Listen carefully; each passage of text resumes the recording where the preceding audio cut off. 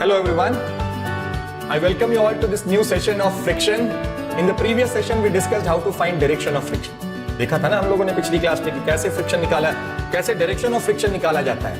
In today's session we will be discussing about how to solve problems in friction. ठीक है, कुछ steps बताऊंगा, algorithm है उसका. ये step 1, step 2, step 3, step 4 follow करोगे, सारे सवाल सॉल्व होंगे. Okay, so let's start with how to solve problems in friction. Okay,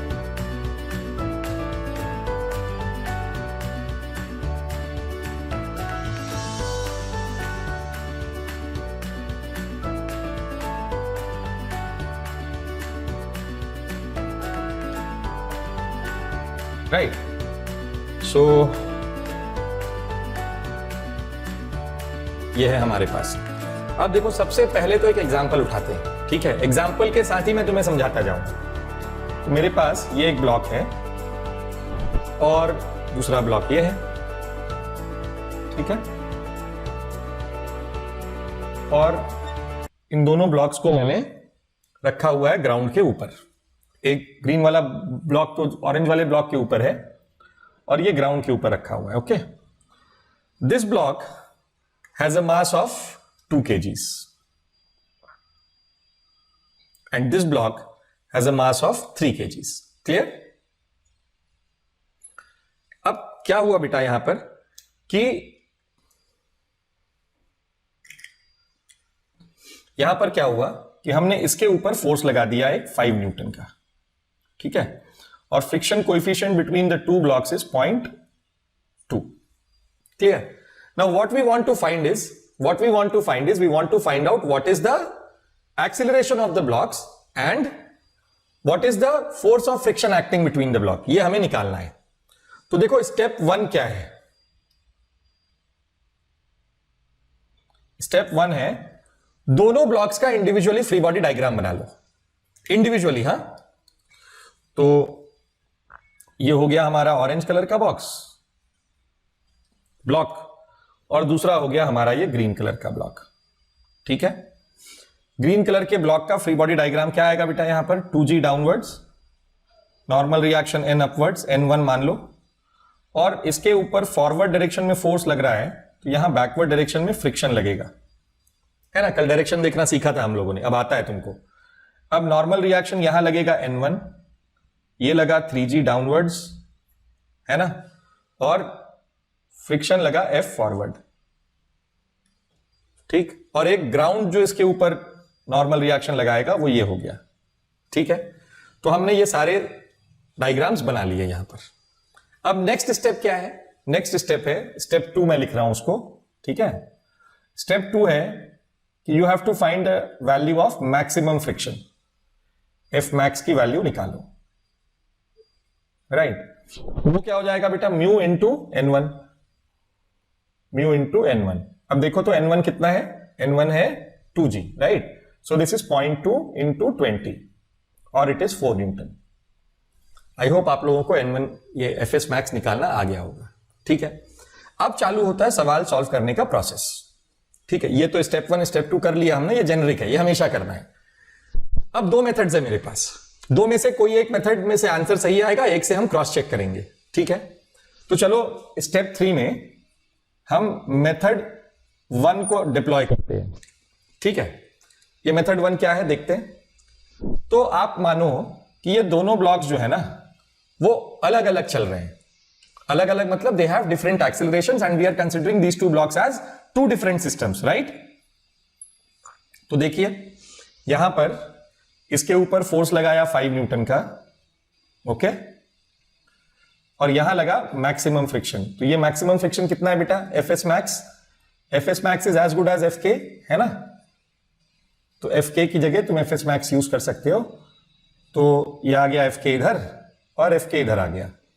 तो this Fk is responsible for acceleration of this 3 kg block और ये वाला फोर्स रिस्पॉन्सिबल है इसके एक्सिलरेशन के लिए.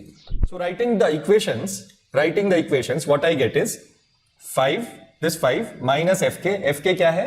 4 newton is equal to 2 into A. इसका acceleration मान लेते हैं A1 है और इसका एक्सेलरेशन मान लेते हैं A2 है, तो 2A1. तो बेटा A1 की वैल्यू क्या आ गई यहां से? 1/2 मीटर्स पर सेकेंड स्क्वायर. क्लियर है ना। अब इसके लिए लिखते हैं, तो F K is equal to 3 into A2। तो यहां से तुम्हें A2 की वैल्यू मिल रही है, देखो क्या मिल रही है, A2 की वैल्यू मिल रही है, F K is 4 divided by 3, this is approximately 1.33 metres पर सेकेंड स्क्वायर, ठीक है। और ये कितना है, 0.5 मीटर्स पर सेकेंड स्क्वायर। अब आता है द बिग क्वेश्चन इज, क्या ये आंसर सही है? सबसे बड़ा सवाल यह है कि भाई क्या ये आंसर सही है। तो ये डेटा देख के तुम बता सकते हो कि आंसर सही है या नहीं है। देखो एक बात बताओ, तुम सोचोगे क्या? चलो 2 मिनट पॉज कर दो वीडियो और सोचो कि ये आंसर सही है या गलत है, ठीक है। नाउ कमिंग बैक, देखो जिसके ऊपर फोर्स लग रहा है, बहुत कॉमन सेंस की बात है ये, मतलब बहुत कॉमन सेंस की बात है ये, पर चमकता बहुत देर से है। क्या होता है, जिसके ऊपर फोर्स लग रहा है, जिसके ऊपर, जिस ब्लॉक के ऊपर फोर्स लग रहा है उसका एक्सीलरेशन देखो तो यहां पर क्या है 0.5, और जिसके ऊपर डायरेक्ट फोर्स नहीं लग रहा है उसका एक्सीलरेशन देखो तो यहां पर क्या है 1.3, राइट। ये है 0.5, ये है 0.5 और ये है 1.33। जिसके ऊपर फोर्स लग रहा है उसका एक्सीलरेशन कम है, तो गड़बड़ हो गई ना ये। तो भाई तुमने जिसको खींचना शुरू किया उसका एक्सीलरेशन कम हो गया, जो जिसको नहीं खींच रहे हो, जो उसके कारण खिंचा रहा है उसका एक्सीलरेशन ज्यादा है। तो ये आंसर गलत है या सही है? गलत हो गया ना ये answer.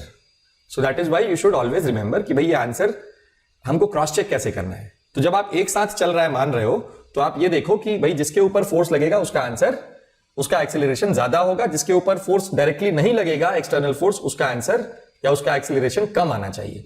So this method is method 1, right? So in the step 3 we deployed method 1, और method 1 हमें ये समझ में आ गया कि भाई ये तो गलत हो गया। तो अब बेटा method 2 क्या है, देखो step 4, ठीक है। इसमें देखना है कि दोनों ब्लॉक्स एक साथ मूव करेंगे, ठीक है। आओ देखते हैं, ये ब्लॉक हो गया और दूसरा हो गया ये वाला ब्लॉक, है ना। और एक्सीलरेशन क्या हो गया इसका, 5 न्यूटन का फोर्स लग गया इस पे। तो कॉमन एक्सीलरेशन आएगा ना बेटा इनका, क्योंकि एक साथ मूव कर रहे हैं। सिस्टम तभी एक साथ मूव मान सकते हैं जब उसके कॉन्स्टिट्यूएंट बॉडीज के बीच में रिलेटिव मोशन नहीं होता है। The first condition to solve problems in laws of motion, याद है, सिस्टम चूज करने की पहली कंडीशन।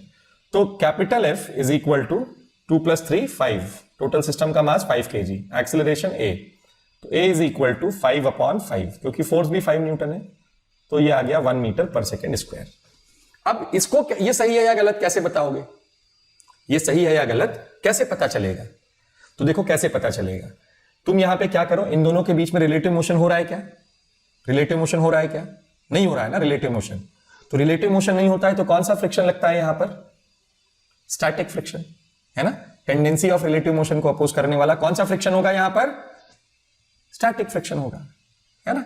तो हमें अब स्टैटिक फ्रिक्शन की वैल्यू निकालनी है, और ये जो वैल्यू होगी तो Fs should be less than और इक्वल टू Fs मैक्स। अगर ये आया, ये हुआ, तो तुम्हारा जो अजम्पशन है कि दोनों ब्लॉक एक साथ मूव करेंगे वो सही है, और अगर ये नहीं हुआ तो ये अजम्पशन भी गलत हो जाएगा। तो चलो आओ चेक करते हैं, Fs की वैल्यू निकालते हैं। तो Fs निकालने के लिए इस ब्लॉक पे चले जाओ, ये जो पहले तुमने डायग्राम बनाया था। तो यहां पे क्या है, Fs is acting in the forward direction, right, and that is responsible for the acceleration of this 3 kg block. ये Fs ही रिस्पॉन्सिबल है इस 3 kg ब्लॉक के एक्सीलरेशन के लिए। तो ये Fs हो जाएगा 3 kg ब्लॉक इंटू एक्सीलरेशन है, सो दिस इज 3 × 1 और दिस इज 3 न्यूटन। अब देखो बेटा, ये Fs मैक्स से कम आया कि नहीं आया? Fs मैक्स हमारा क्या था? Fs मैक्स था हमारा 4 Newton, right. So since Fs is less than Fs max, therefore our assumption is correct. Therefore our assumption is correct. Assumption क्या था? That the two blocks move together is correct, right? तो देखो यहां पर ना ये तरीका है इस टाइप के क्वेश्चंस को सॉल्व करने का, ठीक है। Method 1, method 2।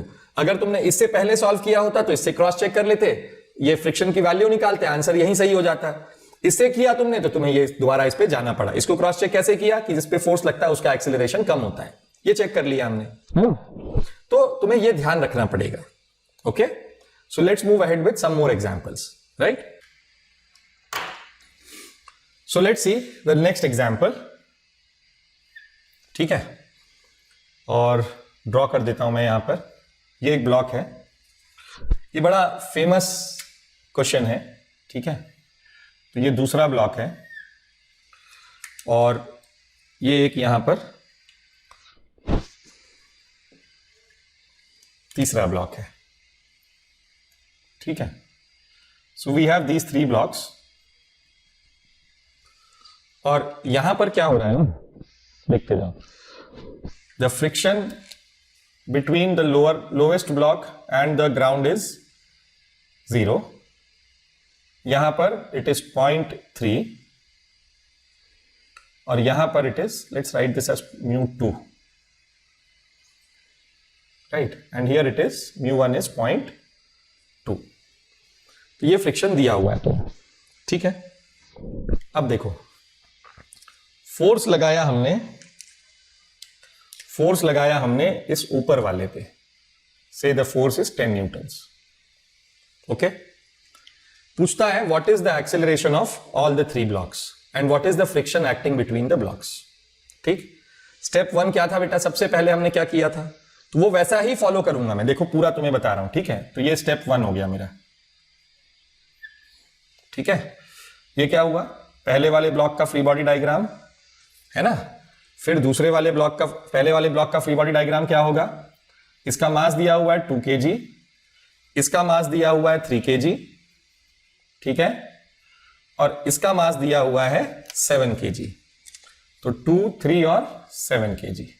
ओके, तो इधर आया 2g downwards, normal reaction N1 upwards, force लगा फॉरवर्ड और फ्रिक्शन का डायरेक्शन है बैकवर्ड्स, F1.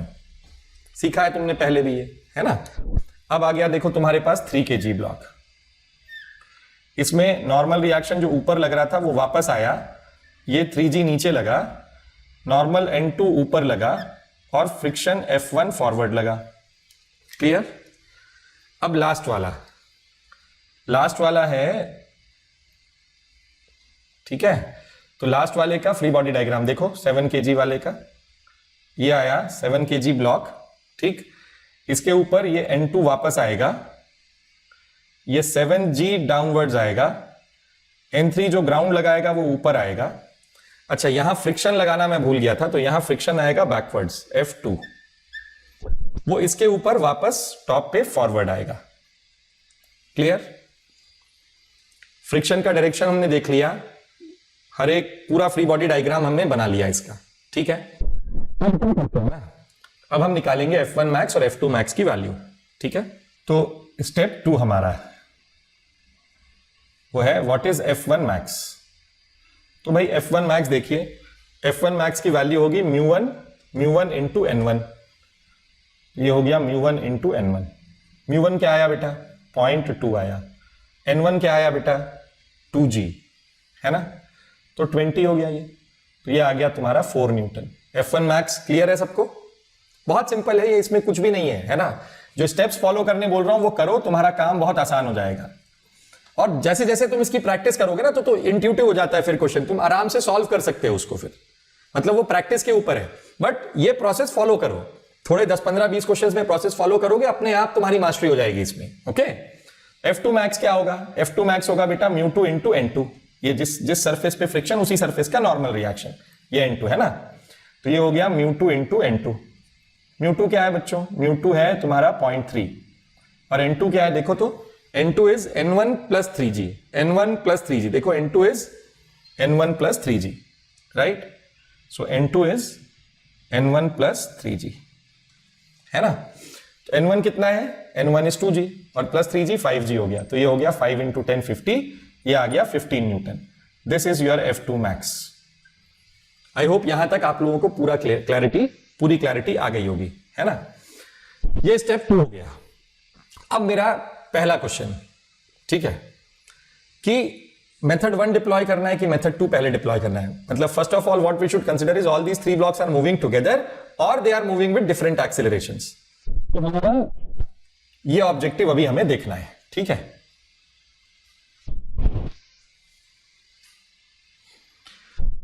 तो जब ये हमने निकाल लिया तो अब हमारा स्टेप 3 क्या है, इधर टू डिप्लॉय मेथड 1 और मेथड 2। तो मेथड 1 क्या है बेटा, मेथड 1 था कि हमने माना था कि तीनों ब्लॉक्स अलग अलग जा रहे हैं, ठीक है, ऐसा अज्यूम कर सकते हैं, या ये भी अज्यूम कर सकते हो कि तीनों ब्लॉक्स एक साथ जा रहे हैं। तो मैं ना पहले ये अज्यूम कर लेता हूं कि all the 3 blocks are moving together, right. तो देखो, when all the 3 blocks are moving together, then these values will be maximum values, right? Sorry, when all the 3 blocks are moving together, so let's assume that all the 3 blocks are moving together, ठीक है। तो ये हो रहा है हमारा step 3 में हमने प्रोसेस डिप्लॉय किया कि तीनों ब्लॉक एक साथ मूव कर रहे हैं, ठीक है। तो when all the 3 blocks will move together, they will have a common acceleration a, right? So this is f is equal to 12 into a। f क्या है बेटा, 10 है। So 10 is equal to 12 into a, और a is 10 by 12 metre पर second square, और this is 5 by 6 metres पर second square. ये आ गया सबका एक्सेलरेशन, ये आ गया सबका एक्सेलरेशन। अब देखो यहां से आगे क्या बनता है, यहां से आगे बनता है बच्चों कि भाई ये तो ठीक है, अब तुम्हें ये F1 F2 की वैल्यू निकालनी है, क्योंकि तुमने माना हुआ है ना all the 3 blocks are moving together. All the 3 blocks are moving together जब तुम बोल रहे हो, इसका मतलब क्या हुआ कि तुमको फ्रिक्शन F1 और F2 की वैल्यू निकालना है, फाइंड आउट करना है, और F1 should be less than F1 max and F2 should be less than और equal to F2 max, right. तो कंडीशन जो है वो चेक करने वाली जो कंडीशन है वो है कि भाई F1 should be less than और equal to F1 max and F2 should be less than और इक्वल टू F2 मैक्स। ये हमें देखना है अभी, ठीक है। तो चलो हम F1 निकालते हैं, F2 निकालते हैं और सॉल्व करके देखते हैं क्या हो रहा है यहां पर। तो F1 क्या है बेटा, यहां पर देखो, इस एक्सेलरेशन के लिए F1 तुम यहां से निकाल लो या यहां से निकाल लो, बात बराबर है। तो मैं इक्वेशन इसके लिए लिख रहा हूं, F minus F1 is equal to, mass क्या है बेटा इसका, 2 kg, राइट। तो 2 into acceleration A, acceleration A क्या है, 5/6, वैल्यू सब्स्टिट्यूट करते हैं, आओ। 5, sorry this is not 5, this is 10, right. So this is 10 minus F1 we need to find is equal to 2 into 5/6, clear। तो F1 क्या आएगा यहां से, F1 आएगा, F1 is 10 minus 10/6 और it is 50/6, और this is approximately 8.23, right। this is 6 8s are 48, 20 आया, 6 3s are 18, 8.3 Newton. अब देखो F1 की वैल्यू आ गई 8.3 Newton, which is greater than F1 max, है कि नहीं है। तो जो तुम्हारा अजम्पशन था कि ये तीनों ब्लॉक एक साथ मूव करेंगे, वो गलत हुआ या नहीं हुआ, अजम्पशन गलत हो गया ना। F1 can not be greater than F1 max, क्योंकि मैक्सिमम से थोड़ी कोई चीज ज्यादा हो सकती है। तो यहां पर ये समझ में आया कि 2 kg block will slide on the 3 kg block, तो वो अलग चल रहा है, ये इससे पता चला, ठीक है। So the inference which we draw from here is 2 kg block slides on 3 kg block, ठीक है। ये हो गया तुम्हारा ये कहानी, ठीक है। अब क्या आया बेटा, अब इसको भी चेक कर लेते हैं F2 को। तो आओ F2 को चेक करके देखो क्या मिलता है। F2 यहां से आ जाएगा, F2 is equal to 7 into acceleration A, which is 7 into 5/6, which is approximately 6 newtons. This is less than F2 max, right? तो भाई ये पक्का हो गया कि ये दोनों एक दूसरे के ऊपर स्लिप नहीं करेंगे, मतलब 3 kg block and 7 kg block moves together. So since this is F2 is less than F2 max, therefore there is no slipping between 3 kg and 7 kg block. ये क्लियर हो गया। तो 7 kg और 3 kg वाला block एक साथ move करेगा, और 2 kg वाला ब्लॉक अलग मूव करेगा। तो अगर मैं अब इसका फ्री बॉडी डायग्राम बनाऊं, तो ये आ गया हमारा 2 kg ब्लॉक, और आ गया वो अलग सिस्टम होगा, और ये दोनों एक साथ चलेंगे, ठीक है। 3 kg और 7 kg वाला ब्लॉक, राइट। हम इसको सॉल्व करते हैं। देखो इस पे 10 न्यूटन का फोर्स लगा, यहां पे मैक्सिमम फ्रिक्शन आएगा। मैक्सिमम कितना है friction F1 max, 4 Newton, right. So this has an acceleration a1, मान लेते हैं इसको, ठीक है। तो इसको सॉल्व करोगे जब तुम, तो ये आएगा 10 - 4 इज इक्वल टू 2 × a1, है कि नहीं। और a1 की वैल्यू आई तुम्हारे पास 6/2 और दिस इज 3 मीटर्स पर second square. This is a1। Clear? अब आती है इसकी बारी। देखो इसमें क्या हो रहा है, इसमें ये 4 ऊपर लग रहा है तो यहां 4 लगेगा, है ना। फ्रिक्शन F1 मैक्स, ये वाला friction, and these two are moving together, right. So 4 is equal to 3 + 7 is 10 × a2 और a2 is equal to 0.4 meters पर second square, right. This is a2, this is a1। अब तुमने ये वाला friction तो निकाल लिया ये पहले वाले डेटा से, है ना। अब इस फ्रिक्शन की एक्चुअल वैल्यू निकालते हैं। देखो ये तो सिर्फ ये वाला जो वैल्यू निकला था ना, ये वाली जो वैल्यू निकली थी वो सिर्फ इसलिए निकली थी, ये प्रूफ करने के लिए कि भाई ये दोनों एक साथ मूव कर रहे हैं, राइट। पर एक्चुअली में वैल्यू क्या है वो कैसे पता चलेगी, तो वो पता चलेगी ऐसे। देखो तो F2 की वैल्यू यहां से निकालनी है अपन को, ठीक है। तो F2 is equal to 7 × 0.4, so this is 2.8 Newton.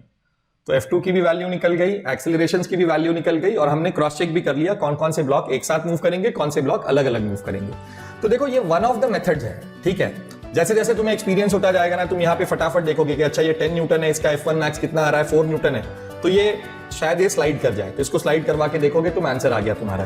फिर तुमको लगेगा अच्छा यहाँ पर इन दोनों के बीच में 15 न्यूटन का F2 मैक्स है, तो ये 4 न्यूटन वाला इन दोनों को कैरी करके आगे ले जाएगा। ये सब तुम्हें एक्सपीरियंस से आएगा, बट तुम शुरुआत में अगर तुम्हें चालू करना है और तुम्हें बेसिक्स तुम्हारे ठीक से बिल्ड करने हैं, तो इस टाइप के मेथड को फॉलो करना ठीक रहता है, ठीक है। HC वर्मा का बहुत बढ़िया, बहुत फेमस क्वेश्चन है। तुम इसको इस ब्लॉक इसको तुम यहां पर लगा सकते हो, फोर्स को यहां पर लगा सकते हो। So this is the question, right. So in this session what we learned is कि भाई कैसे हम फ्रिक्शन के प्रॉब्लम्स को अटेम्प्ट करते हैं, ठीक है। In the next session, we will be solving at least 3 to 5 examples in friction, and then we will be winding up with this chapter, right?